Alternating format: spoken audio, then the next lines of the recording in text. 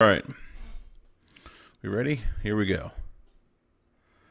Hey everyone, welcome to Keep Shooting Monday, number 88. My name is Greg Cazillo from Cazillo.com. I wanted to have a really awesome show with a cute little puppy today, but unfortunately, I'm a volunteer firefighter, as many of you may or may not know, and this morning we had a house fire in our area. And so wanted to go and help out on that. Did not get done there until 10:30, so Kathy and I could not seem to get our and so we couldn't make it work. So for you guys anyway, just to give some content, answer some questions, and let you know kind of what's going on. So that was why it didn't happen. That didn't happen this morning. The last week on 9/11, I put up a video. This one here, which is the what I call the annual flight of America One. America One is a friend of mine's flag hot air balloon. It's an American flag in the shape of a big rectangular hot air balloon, and I thought it would be really cool. He wanted a little bit of footage for to send out to the press, and I said, you know what, I'd like to make something, try it out and see what I can make. It's funny, I can actually see the puppy in the other room right now. Anyway, try it out, see how I can do, see if I can make something work. The whole video thing is kind of new to me, and while everything that I have done has definitely gotten better, little by little, I've gotten better audio and better video and better lighting. In fact, I have something coming in this week for lighting, but that's just the way it is in everything in photography. You have to slowly get better and better and better. It's not something you're going to be 100% off right at the bat, right off the bat, and be really awesome. And it takes a lot of time to develop your style, develop what you do, and it'll happen, it'll come, but you just got to be patient and give it some time. So anyway, this is a video that I did. So somebody asked me, hey, can you talk about it? You know what I mean? Talk about what you did and all that stuff. So I said, sure, I think that'd be a good idea. And so here we go. Let's talk about this.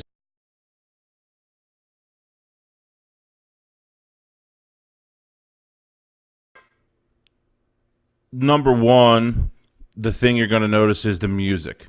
All right. The music is in the background. It's very strong, kind of loud, and I cut out all the other audio, and that was intentional in case someone was talking in the background, and the audio wasn't that great anyway. So I cut it out. I wanted to get rid of it. So I wanted to add a really cool background track to make you seem excited. And in fact, there's two songs in here, and I'll let you know where you can actually hear when the other one starts. There's a pause, and it cuts it out. So I wanted that kind of strong feel, that kind of patriotic kind of I don't know what, almost kind of a march, I can think of all kinds of different songs that would work, but a lot of them are commercial. They just don't work. So, or for one reason or another, whether it's not the right song or not the right lyrics or whatever, but I didn't necessarily want lyrics, but this ended up working out just fine, I thought. And so that's what I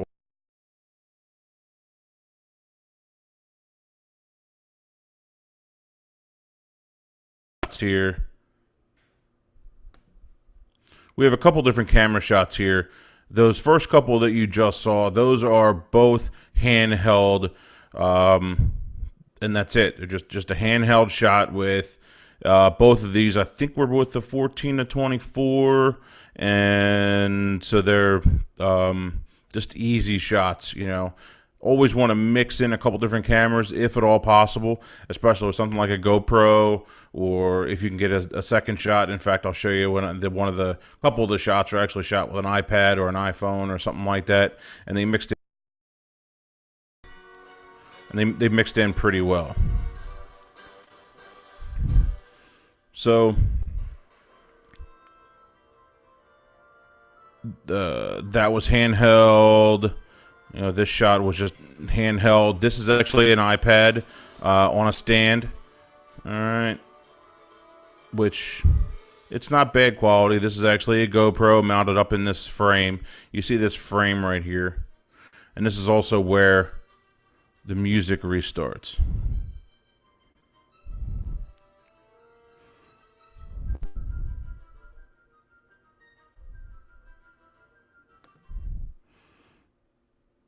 So we have some couple different shots mixed in there. We have the different music in there from one to the next.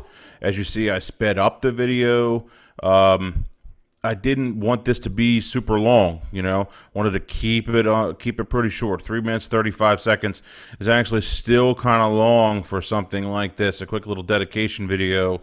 But I didn't want to shorten it up too much. I thought I needed to show the content that was there and wanted to show the content that was there, so it ended up working out good.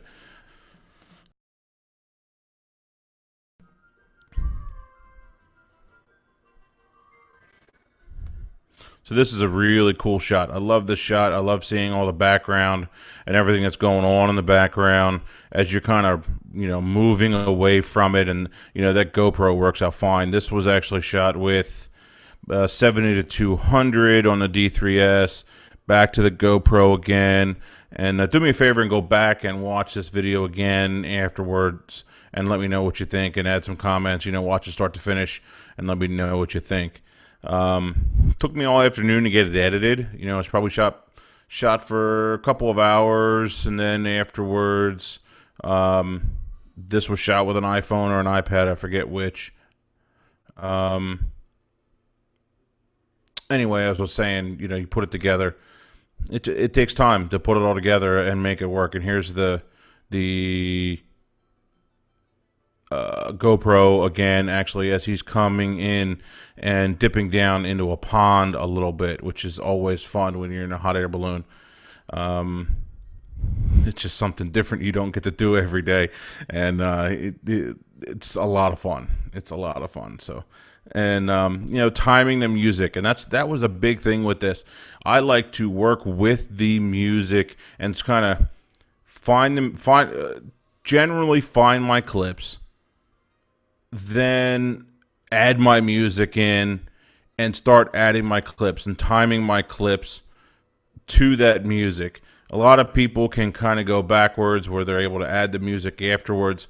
I can't do that. I need to really have that music working, because I think the music sets the tone for the entire thing, and I need to also match the video to that music, especially when I'm removing all the audio from it. So in this case, it worked out really well. I love the highs, I love the lows, I love the different shots and the different angles. This, once again, shot with an iPhone, actually with a friend of mine hanging out of the window of my truck, and he shot that, you know, as we're going up this driveway, which is an awesome shot where they landed in somebody's house. And so worked out really well. Very happy with the video in general. And so let me know what you guys think. Was there any other questions about that video here before I move on? I'm going to check it right now.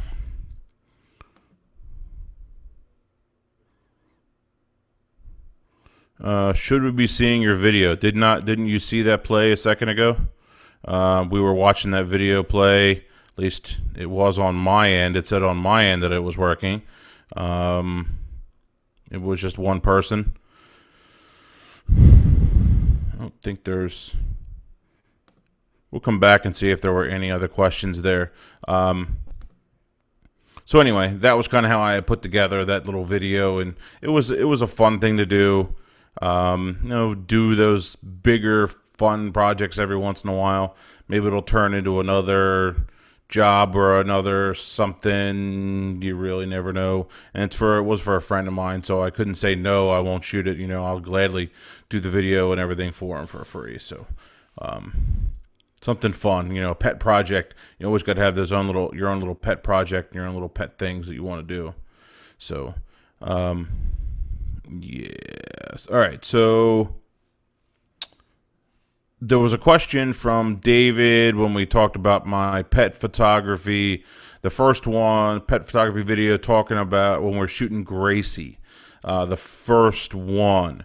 And he said, what type of focusing do you use to take the photos? I know you recommended switching the spot focusing during one part of the shoot. I was on a single point focus, or switching from the wide area over to a single point, and I was on the lock mode, just the single and not the continuous. If she was moving around a little bit more, if it would have been seeing her running and jumping and moving a lot more, I think it would have been continuous, would have been the way to go. But just being able to lock it worked out just fine with her, since, yeah, she was moving around a lot, but I wasn't really shooting when she was moving around. Also, the question, well, why didn't you take photos of them while they're running? Wasn't necessarily what I'm looking for. That was actually on the number, I think that was number 3 video, last week's video, when Kathy and I did some photos of her dog and that other really big dog, and I forget, McKee, something like that. McCree, that's what it was. His name was McCree, and there's a big Irish wolfhound. So that video turned out pretty well. Happy with that. Happy with the photos. And again, just shooting some video, mixed the GoPro. The majority of that footage was actually with the GoPro, and then mixed in the tighter shots with handheld with my camera. And so that once again worked out pretty well. Another question from someone, why do you always shoot from above? I didn't always shoot from above, but it depends. You know, what am I seeing? What am I looking at? What do I want my background to be? Background, actually, people forget about their background and they're always thinking about foreground. Well, if you have a little bit higher angle, you may end up with a nicer background than if you were at a lower angle. Like the one image that's actually showing here, the little thumbnail, actually that's an older photo now that I look at it. I had done an earlier photo shoot of Gracie, and one of the photos from that one, it was at a slightly higher angle down on her a little bit, and you could actually see the bridge behind it. And so it ended up working out, I think, pretty well, because you see that bridge in just a little bit of the background, and it gives you a little bit better perspective of what it is that's going on. So think about that angle. That angle actually does make a difference. All right. So I see no one saw the video, so I guess maybe we should try it. Did you guys hear me talking the whole time? Let's ask that question. If I need to cut this section out, I guess I might have to. Let's try it. You know what we'll do? Let's do it this way. Since nobody saw the YouTube thing, you just saw my picture, I guess, guys. Ask that question.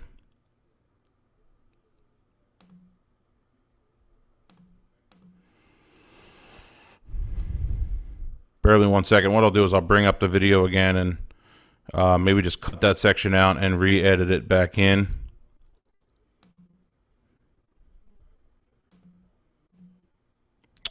I keep doing that. I keep opening that program. All right, so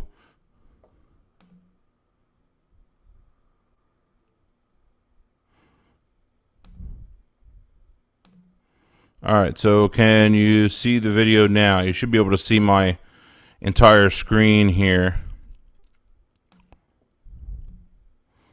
All right, so let's try this again,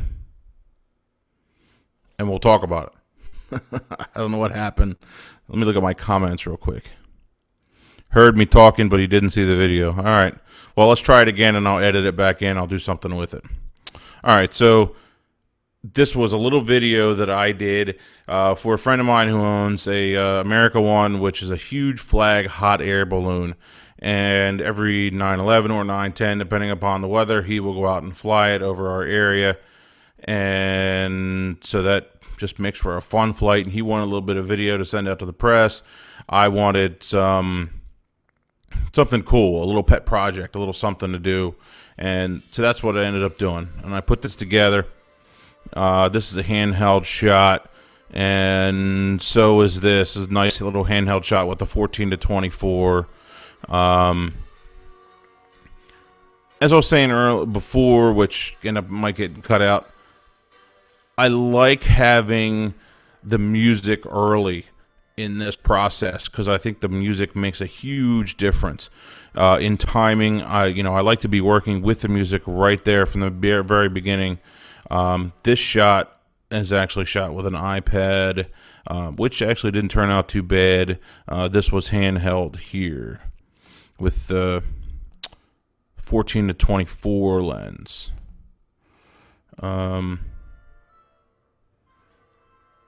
So that turned out. Overall, I like it. I like how it turned out. There's two different pieces of music that are in here. The second one starts here, and I slowly speed up this video, and you'll see the edit that it'll slowly start to speed up a little bit. There it is. There it started to speed up, and you start to kind of really fly away. This video was actually 45 minutes long, and it was just way too long to sit and watch just this flight video. So you had to cut little pieces of it and play with the music and so here, the music changed a little bit, so I let the shot change. And this was a handheld shot with the 70-200, and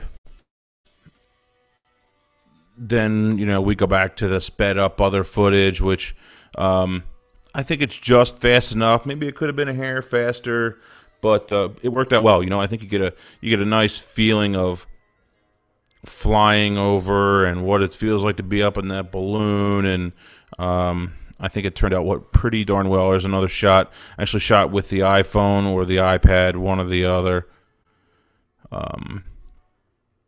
He was really down low, and he was skimming across to go actually into this pond right here, which is a cool shot, and it's a lot of fun to go into this little pond, or ponds or creeks or rivers. Sometimes you end up going into a river, and that's so much fun. It really is.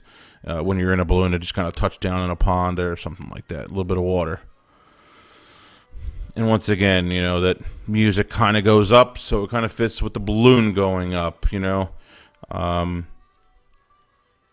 So different shots, and then this next shot, I'm trying to remember what the timing is here. Shot coming up with a car. There it is. That once again shot with an iPhone.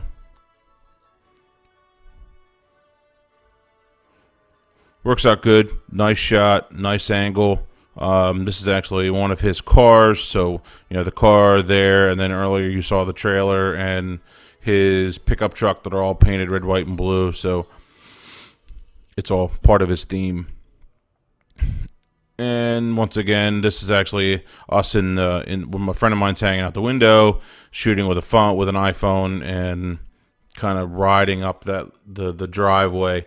Told him just hold a nice steady shot on there, and once we turn around and do the same thing, music kind of goes down, gets a little bit more somber, and it actually works because it goes right into the little bit of text at the end for the dedication, and of course the logo. So that's kind of what I put together in the video. I was actually just watching something else a minute ago, Film Riot. If you guys are at all into video, definitely check out the Film Riot channel on YouTube. Really great channel. They have a lot of great information. Check out their channel. Anyway, I was watching theirs, and they were saying, if you really want to learn how the shots were made, turn off the music, turn off the sound, and just concentrate on the shots. And it's kind of the same thing with photography. Here, typically, you don't have music in the background behind a single photo, and so it ends up, it's easy for you to concentrate and see how that photo was made or how it was captured. Whereas if you're doing a video, that audio makes a huge difference, and it really kind of impacts the way you see it and what you see. And what it does to you emotionally, if it is an emotional thing, the highs and lows, that kind of thing. So it's makes a difference. So try turning it off. All right.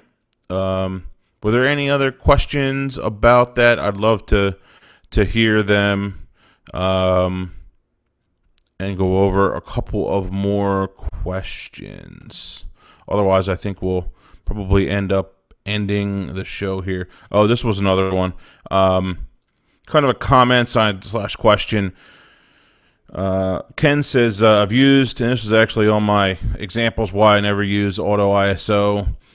I've used auto ISO in the past. The reason I never used it, especially at weddings, is that people want to move so fast, take a quick picture, and it's gone. Seems to be people's feelings or things go on at the event, and having to change aperture shutter, etc., is a lot. I've been shooting weddings now for over 15 years. I've never once shot auto ISO.